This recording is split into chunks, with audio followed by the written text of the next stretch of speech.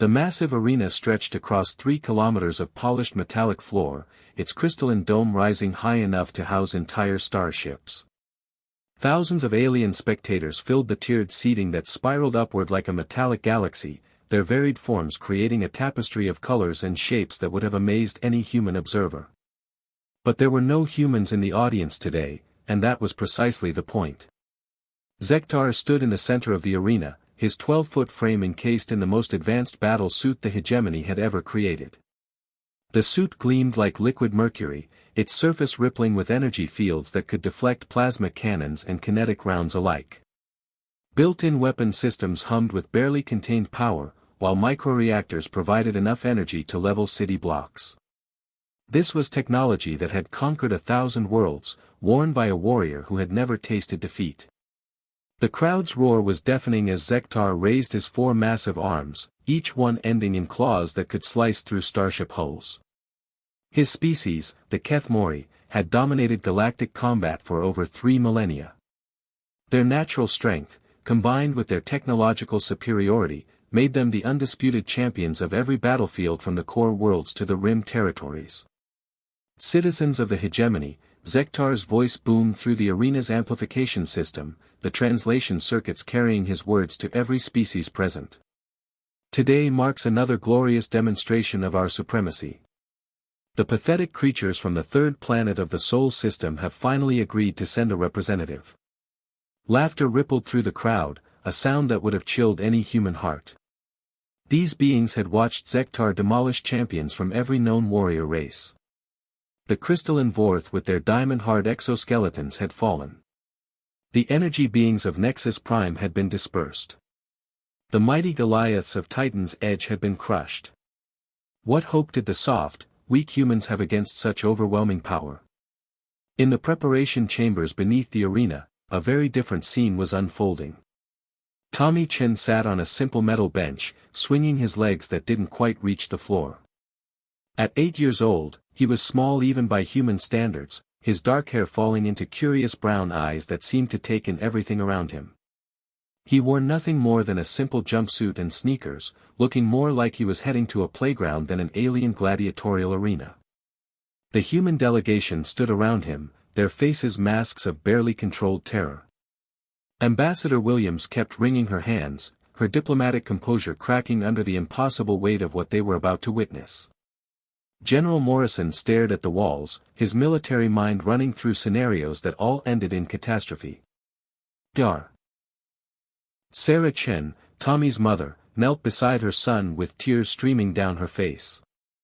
"I still can't believe we agreed to this," Ambassador Williams whispered, her voice hoarse.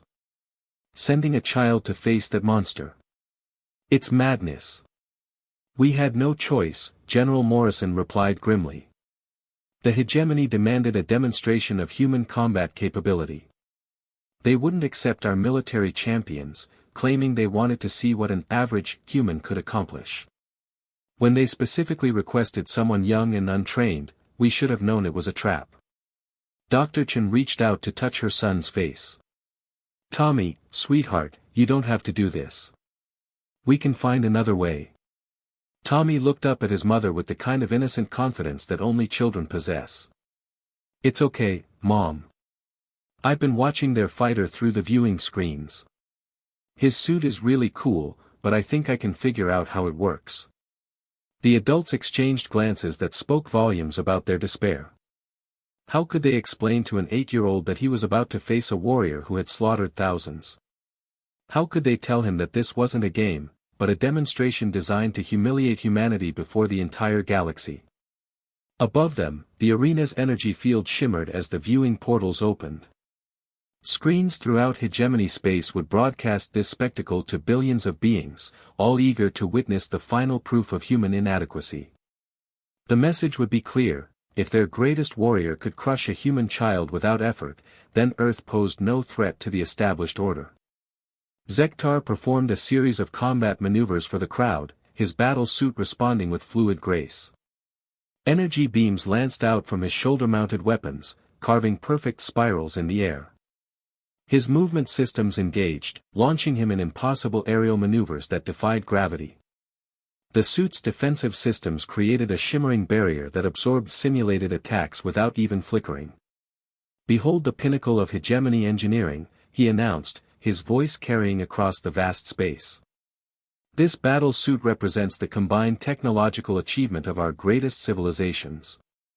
Its adaptive armor can reconfigure itself to counter any threat.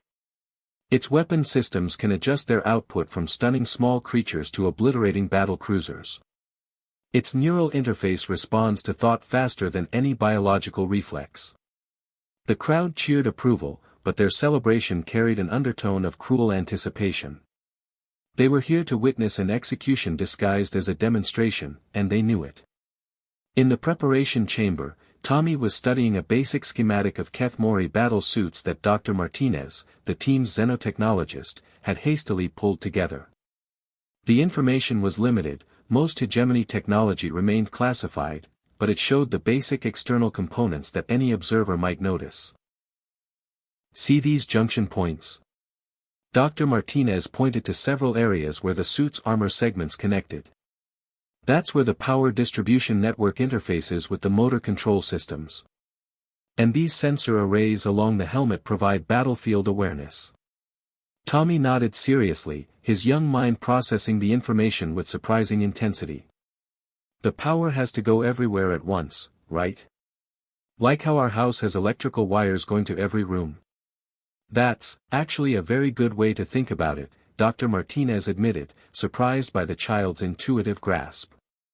"What happens if the electricity in our house gets mixed up?" Tommy asked innocently. Dr. Martinez paused, considering the question. "Well, if the wiring gets crossed or damaged, you might get power surges, or systems might shut down to prevent damage." Tommy smiled the kind of smile that adults usually found charming but that now seemed oddly unsettling given the circumstances. "I think I understand." A deep chime resonated through the preparation chamber, signaling that the demonstration was about to begin. The human delegation rose like mourners at a funeral, their movements heavy with dread. Tommy hopped off the bench with the kind of energy that made adults everywhere simultaneously smile and worry. "Remember," Ambassador Williams said, kneeling to Tommy's level, "you don't have to fight him. This is just supposed to be a demonstration. Stay far away, and try to, I don't know, show that humans are resourceful or something." Tommy patted her arm with the kind of reassuring gesture that children sometimes offered adults when they sense distress. "Don't worry. I'll be really careful." The arena doors began to open with a sound like distant thunder, and brilliant light poured in from the massive space beyond. Through the opening, they could hear the roar of the crowd, the sound of thousands of alien voices united in anticipation of human humiliation. Zektar stood ready in the arena's center, his battle suit systems running final diagnostic checks. Every weapon was primed, every defensive system was active, every sensor was calibrated to detect the slightest movement. He was, by any measure, the most dangerous individual in known space, equipped with technology that could level mountains and protected by armor that had never been breached. He was ready to demonstrate why the Keth-Mori ruled the galaxy, and why humanity would never be more than a footnote in galactic history. As Tommy walked toward the arena entrance, his small figure silhouetted against the brilliant light, no one in the human delegation could have imagined what was about to unfold. They saw a child walking toward certain doom, but they failed to recognize something that would soon become apparent to the entire galaxy. Sometimes the most dangerous thing in the universe isn't the biggest weapon or the strongest armor. Sometimes it's a curious mind that sees what everyone else has overlooked. The arena floor felt different under Tommy's sneakers than it had looked from the viewing screens. The polished metal had a slight warmth to it, and he could feel a subtle vibration that suggested massive energy systems running beneath the surface. The crowd's noise washed over him like ocean waves, but instead of being frightening, it was almost exciting, like being at the center of the world's biggest stadium. Zektar turned to face the human child, and for a moment, even his warrior's composure faltered. He had expected to face a human soldier, perhaps someone small and weak by galactic standards but at least possessing some basic combat training. Instead, he found himself looking down at what appeared to be a juvenile specimen, barely reaching his knees even without the battle suit's added height. The crowd's noise shifted, confusion rippling through the assembled beings. This wasn't what they had expected either. Some species began to murmur among themselves, wondering if this was some kind of mistake or perhaps a human attempt at humor that didn't translate well. This is what Earth sends to represent their species. Zektar's amplified voice carried a note of genuine bewilderment. A youngling? Are your adults so cowardly that they hide behind their offspring? Tommy tilted his head, studying the massive figure before him with the kind of intense focus that adults usually found endearing when children were examining insects or mechanical toys. Your suit is really amazing, he said, his young voice somehow carrying clearly through the arena's acoustics. How does it work? The question caught Zektar completely off guard. In 3,000 years of combat, no opponent had ever begun a battle by asking about his equipment. Warriors typically spent their time issuing challenges, making threats, or pleading for mercy. They didn't express curiosity about technological specifications. This suit, Zektar replied, his confusion evident even through the translator, represents the pinnacle of hegemony military engineering. Its systems are beyond the comprehension of primitive species. Tommy walked closer, his movement casual and unhurried. The crowd fell silent, their collective breath held as they watched the small human approach the galaxy's most feared warrior. Can you show me how the energy moves through it? I can see the lights, but I can't tell where they connect. Dr. Chen's hands flew to her mouth in the viewing area. Her son was treating this like a science demonstration, apparently oblivious to the mortal danger he was in. General Morrison gripped the railing so hard his knuckles turned white, while Ambassador Williams closed her eyes, unable to watch what was surely about to happen. Zektar looked down at the child, his forearms shifting as his suit's targeting systems automatically tracked the small figure. But something about the human's behavior was so completely unexpected that he found his aggressive programming struggling to engage. You wish to understand the technology that will destroy you? I just think it's really cool, Tommy replied honestly. We don't have anything like that on Earth. The way the energy patterns move around the joints looks kind of like the nervous system diagrams in my mom's medical books. For the first time in his long career, Zektar found himself explaining rather than threatening. The suit's neural interface connects directly to my combat reflexes, allowing thought-speed response to any threat. The power distribution network ensures that all systems receive optimal energy allocation during battle sequences. Tommy nodded seriously, as if he were taking notes for a school report. So it's like the power goes to wherever you need it most, but there has to be some kind of switching system to make that happen, right? The question demonstrated a level of technical intuition that surprised even the watching scientists. Through the viewing screens, Dr. Martinez found himself leaning forward, realizing that Tommy was asking exactly the right questions to understand the suit's most fundamental operational principles. The switching system is quantum-based, Zektar replied, seemingly unable to stop himself from responding to genuine curiosity. It operates on principles that your species discovered only recently. Tommy's eyes lit up with the kind of excitement that children usually reserve for Christmas morning or trips to amusement parks. Quantum switching. That's like what my mom was telling me about quantum computers. Does it mean the power can be in multiple places at the same time until you need it somewhere specific? The arena had become completely silent. Thousands of beings who had come to watch a slaughter were instead witnessing something unprecedented, a technical discussion between the galaxy's most feared warrior and a human child. Translators throughout the arena worked overtime as species after species tried to understand what they were observing. Zektar's suit registered elevated stress indicators as his mind struggled to process this unprecedented situation. The child was asking questions that demonstrated an intuitive grasp of principles that took most civilizations centuries to develop.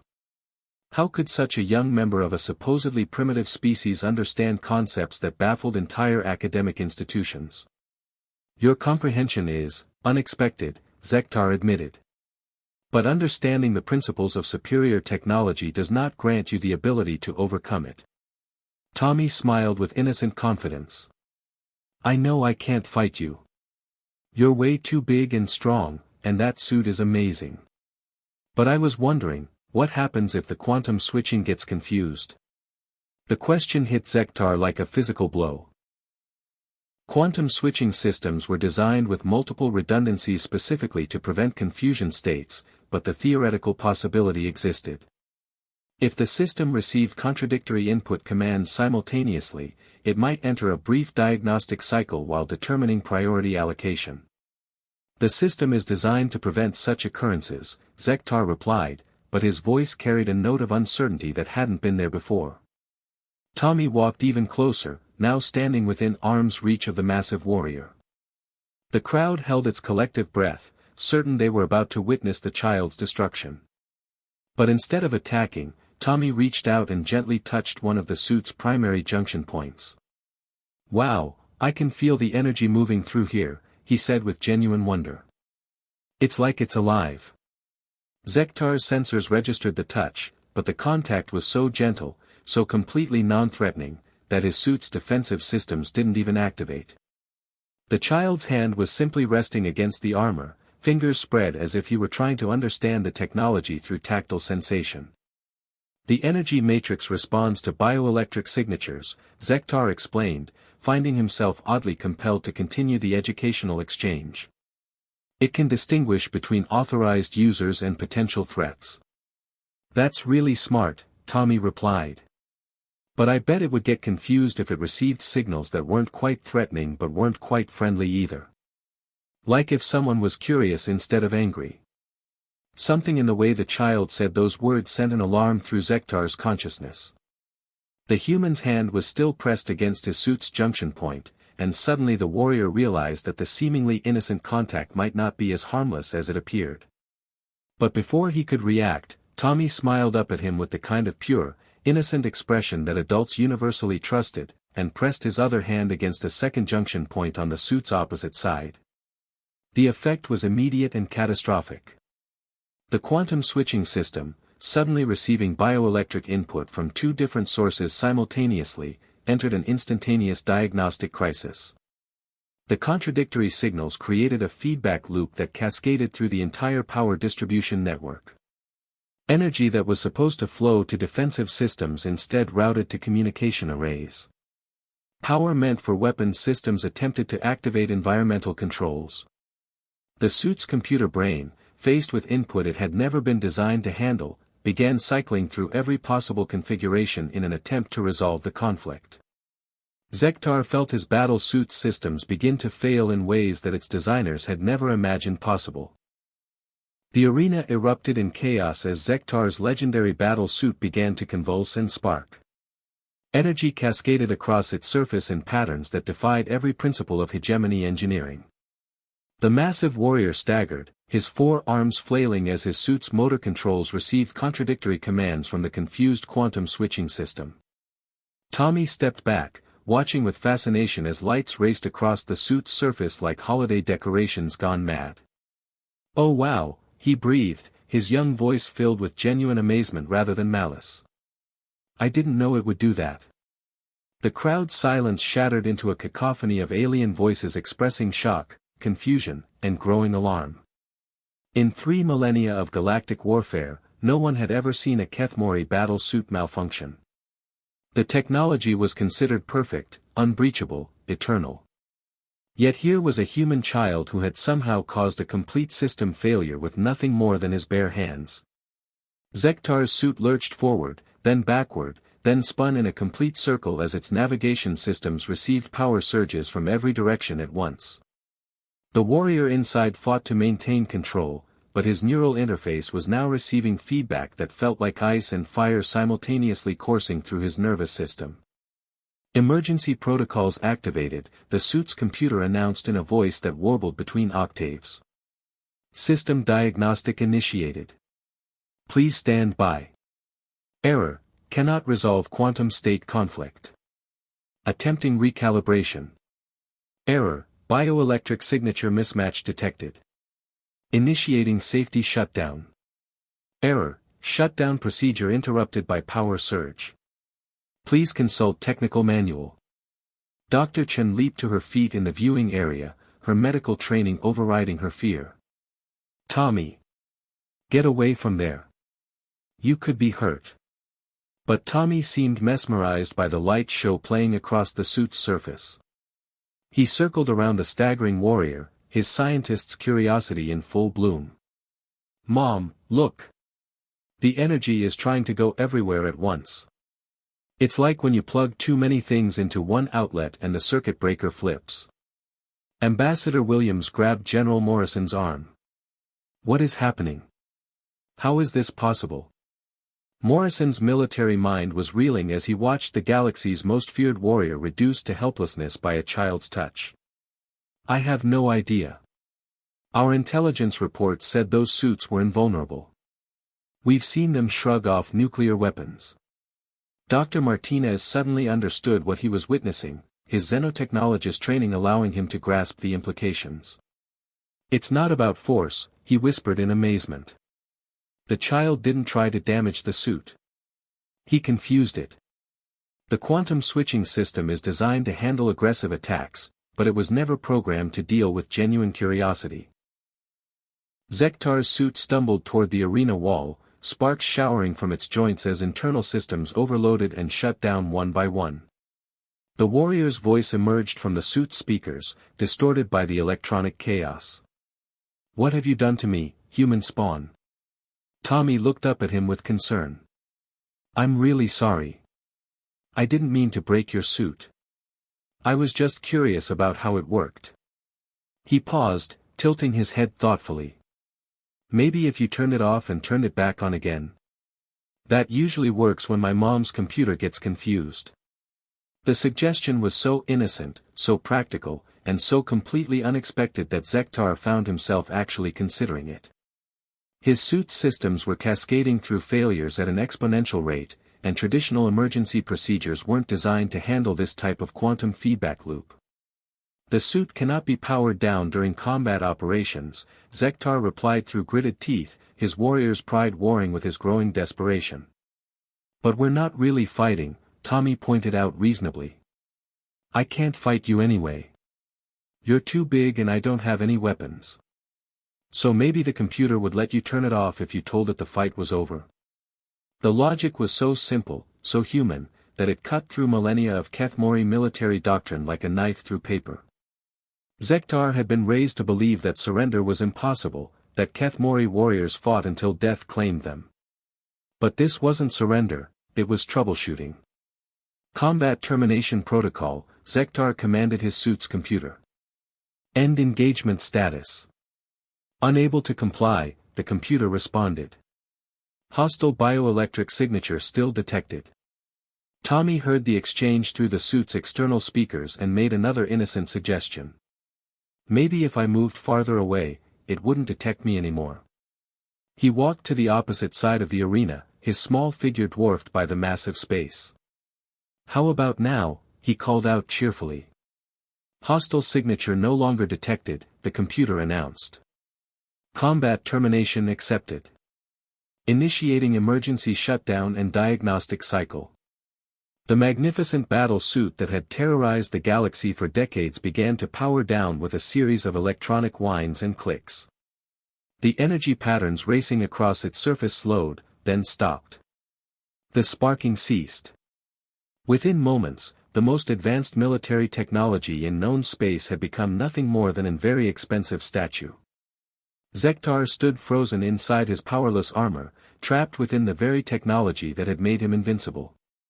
The suit's life support systems were still functional, safety protocols ensured that much, but everything else was offline pending a complete diagnostic review that could take hours. The arena remained silent for a long moment as thousands of beings tried to process what they had witnessed. Then, slowly, Tommy walked back toward the immobilized warrior. His sneakers squeaked slightly on the polished floor, the sound unnaturally loud in the hushed space. "I really am sorry about your suit," Tommy said, looking up at Zektar's motionless form. "I just wanted to understand how it worked. On Earth, when we want to learn about something, we ask questions and sometimes we touch things to see how they feel." Zektar could only stare down at the human child through his suit's non-functional visual sensors.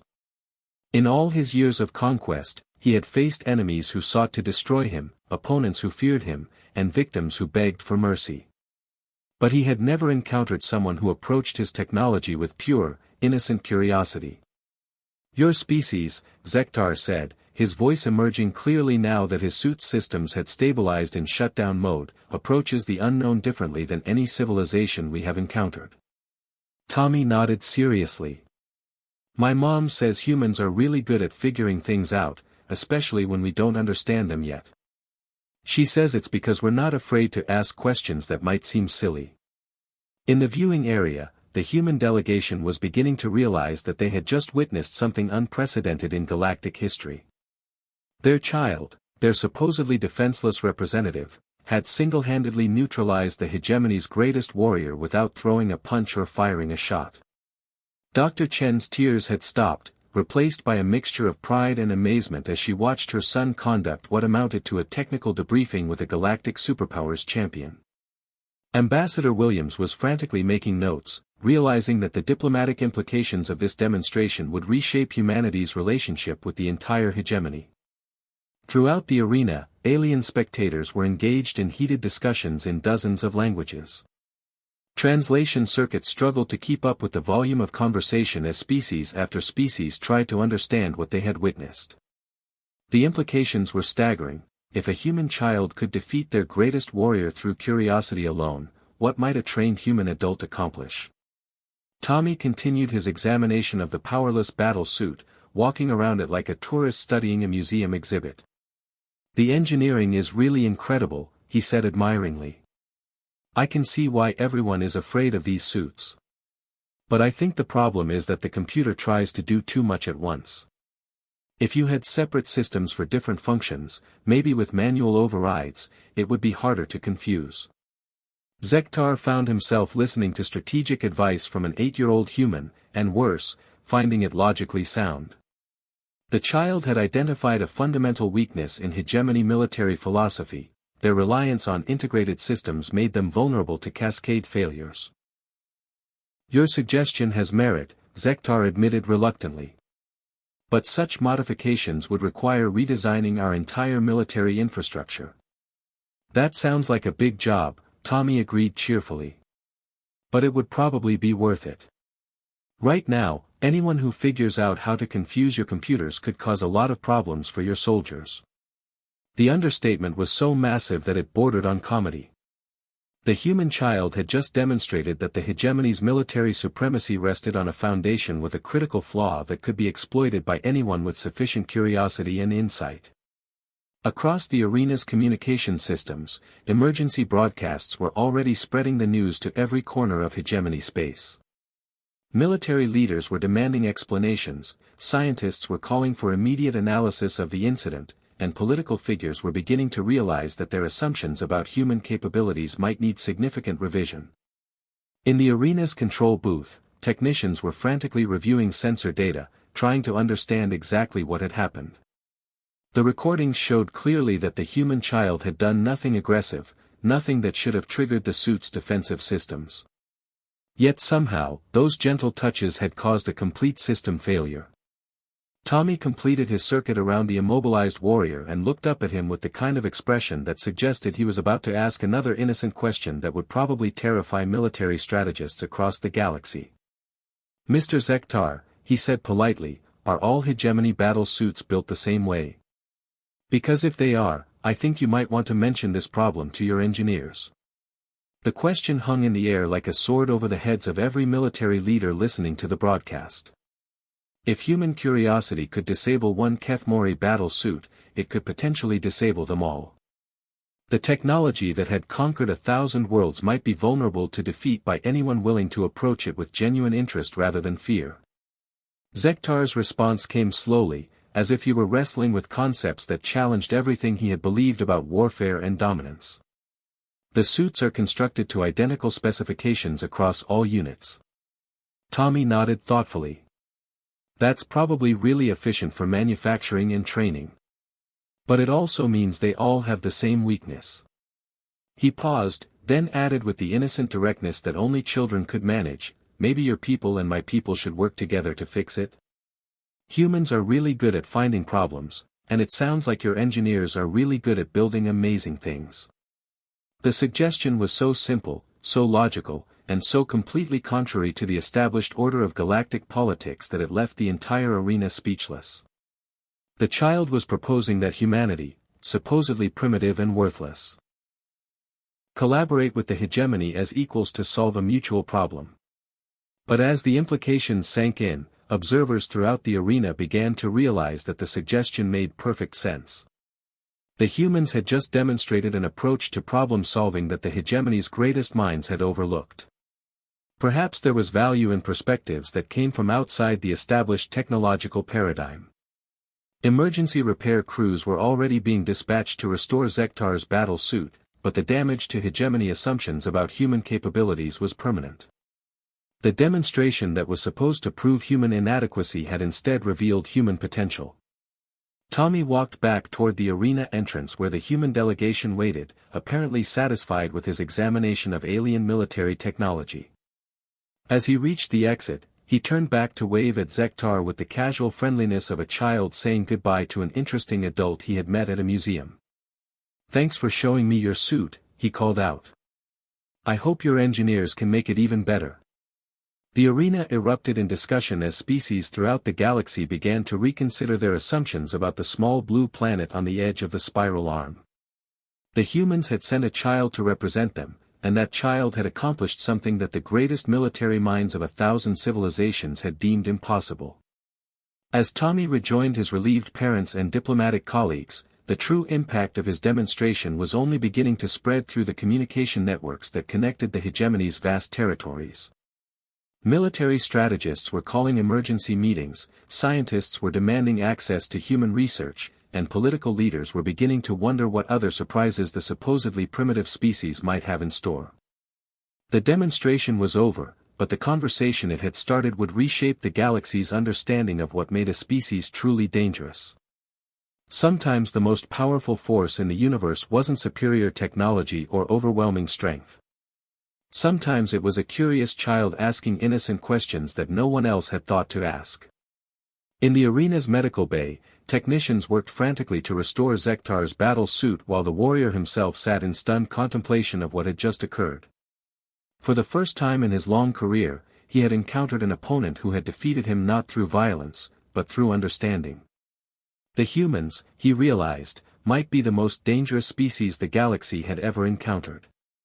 Not because they were stronger or more advanced, but because they saw possibilities that everyone else had missed.